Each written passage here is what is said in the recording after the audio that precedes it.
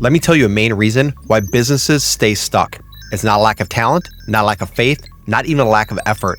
It's this: too many ideas and not enough commitment. And that's the most dangerous part. Chasing new ideas feels like progress. It feels hopeful. It feels responsible. But quietly, it's keeping you exactly where you are, and many times it's even pulling you back in your business because it wastes both time and money. Most entrepreneurs don't fail because they chose the wrong idea. They fail because they never stayed with one idea long enough for it to work. Every new idea brings a rush, a hit of optimism, a feeling of momentum. But behind the scenes, something else is happening. Focus is leaking. Peace is draining. Nothing is compounding. Year after year, same revenue, same stress, same ceiling. Busy, but they're not advancing. In this video, I'm going to show you why chasing ideas is one of the biggest hidden costs for Christian business owners, and the price that most owners never stop to calculate, and how when it's designed correctly, becomes the gateway to growth and to peace. Let me be clear, this is not about shrinking your vision and your dreams. It's about finally giving it room to grow. My name is Kyle. I've built several successful businesses, and I felt burnt out like crazy. But over the years, I found a much better system. And now I've spent over 1,000 real conversations coaching business owners who care deeply about what they're building and who they're becoming. And I'll tell you this with certainty: the problem is not laziness. It's not discipline. It's not faith. It's commonly fragmentation. Too many ideas pulling into too many directions.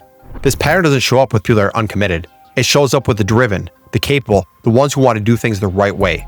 But here's what it produces: busy calendars, tired minds, flat growth, and a quiet frustration you can't quite explain.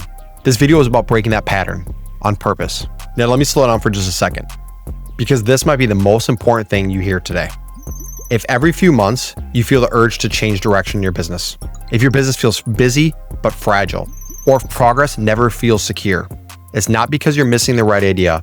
It's because focus keeps getting broken before it can bear fruit. Jesus said it like this: "No one who puts his hand to the plow and looks back is fit for work." It's not because looking back is evil, but because nothing straight gets built that way. Now let me show you how this actually plays out in business. I'm sure if you're an entrepreneur, I'm sure ideas just come naturally to you. You've got big dreams, big goals, and things are always coming in your mind. You see opportunities everywhere. There's new offers, maybe a new niche. There's new platforms, new strategies. Every idea sounds reasonable, even faithful, even wise. And the quiet thought in your mind as a Christian might sound like this: this might be the one that God is going to bless. Here's a truth that most business owners don't want to face: ideas don't fail your business. Abandonment does. This cycle is almost predictable, and I've been there so many times chasing this new shiny object. You start something new, your energy is high, you show up consistently for a while. Results are slower than expected. Pressure starts to creep in. Doubt starts to whisper. And then what happens? Another idea appears. It's cleaner, it's faster, less resistance, looks perfect, looks easy. So you pivot again. And from the outside, it looks like movement.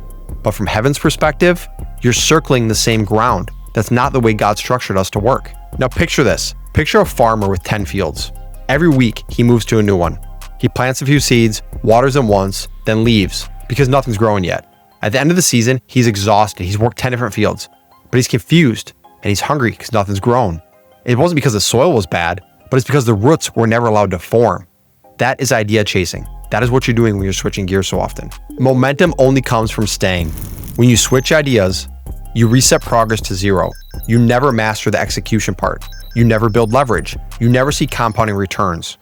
You stay active, but you do not advance. And scripture says it like this: wealth gained hastily will dwindle, but gathered little by little, it will grow. Little by little requires something most entrepreneurs avoid: remaining in the progress when your emotions tell you to move away. And here's the real cost you might even be thinking about. Every abandoned idea leaves residue: unfinished systems, half-built offers, mental clutter, a quiet loss of confidence. Not because you can't build, but because nothing is allowed to finish its work. You don't need a better idea. You need to stay planted long enough for fruit to show. Momentum doesn't come from starting, it comes from continuing. And that leads to the next truth that most business owners miss. Because chasing ideas doesn't just kill momentum, it quietly steals something even more valuable. Now, quick pause here.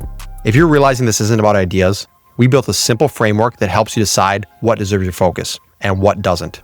I'll put a link in the description if you want to check it out. But now here's why this pattern is so exhausting. Chasing ideas don't create freedom. It creates pressure. Here's the twist most business owners miss. They think more ideas mean more options. More options mean more freedom. But in real life, More ideas mean more decisions. More decisions mean more weight, and more weight always lands in the same place, on you as the owner. So you're not tired because you work hard. You're tired because your mind never rests. Every new idea adds so much to you. Another decision, another tool, another system, another open loop. Even ideas you haven't acted on still cost you energy. There's a constant background noise. Should I be doing this instead? What if I pick the wrong thing? Am I missing my moment? This noise never shuts off. And I can't tell you how many business owners I've coached over the years, and we've gone through their expenses and we looked at it. They're still paying for things, for ideas they had or systems they were planning to grow that they're still paying for years after the fact. Now think about this with your mind. Your mind is like a browser with 25 tabs open. Each one matters and each one demands attention. But together, everything slows down. Nothing runs smoothly.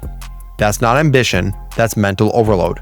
And scripture tells us that a double-minded man is unstable in all his ways. And that's not condemnation, that's a diagnosis. Because instability doesn't come from a lack of effort. It comes from divided focus. When your focus is split, decisions take longer, execution gets shallow, follow-through becomes inconsistent, confidence quietly erodes. You start questioning yourself, not because you're incapable, but because nothing's ever allowed to settle. You're always starting, but you're rarely building anything. Picture trying to carry water with a cracked vessel. Whenever you move, it leaks. Nothing is staying full. The issue isn't how much effort you're putting in, it's that what you're carrying can't hold it. Peace doesn't come from more options, it comes from clear direction. And clear direction only survives when it's protected by something stronger than motivation. Because here's the truth that most people don't want to admit. Even when you choose focus, if you don't build structure around it, pressure will break it. And that's the next thing you need to see. Because focus without structure always breaks down. Here's where most business owners fool themselves. They finally choose focus. They commit. This time it's going to work. They tell themselves, I'm done chasing. And for a moment, it's going to work. But then life shows up. And here's what actually happens. The pressure hits. A client panics. A week gets chaotic. Energy dips. And suddenly, the focus that felt solid last week, it disappears. Not because you're weak, not because you lack discipline, but because focus was never protected by structure. And because you're human, we can't do things without structure consistently long enough. Willpower fades. Most entrepreneurs rely on their motivation, their willpower, their self-control, and those are fine until you're tired, until emotions spike, until urgency starts yelling. Then your default kicks in. You scroll on your phone, you switch tasks, you chase something new. Jesus told a parable about this. He told the parable of a man who built his house on sand. Same effort, same materials, same intentions. But when the storm came, what happened? It collapsed. And why was that? Because nothing was solid underneath it. Focus without structure is sand. It holds until it doesn't. And here's why this keeps happening. Because without structure, your focus fades under pressure. Progress feels temporary. You keep starting over. Nothing feels secure. That's why your growth never feels locked in. You're building, but nothing is anchored. Focus chooses the destination, but structure builds the road for it. If you've got no road, you don't arrive, you wander. And wandering may feel spiritual, but until the years go by and nothing has changed in your business. Your kids are older, you're still working insane hours. You've lost so much time, you've lost so much peace in your life because of that. Structure is not rigidity.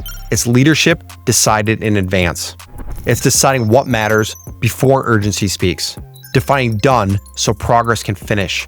Building repeatable rhythms that hold you steady when emotions fluctuate.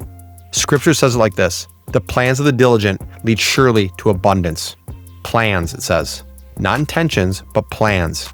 When structure exists, focus stops slipping.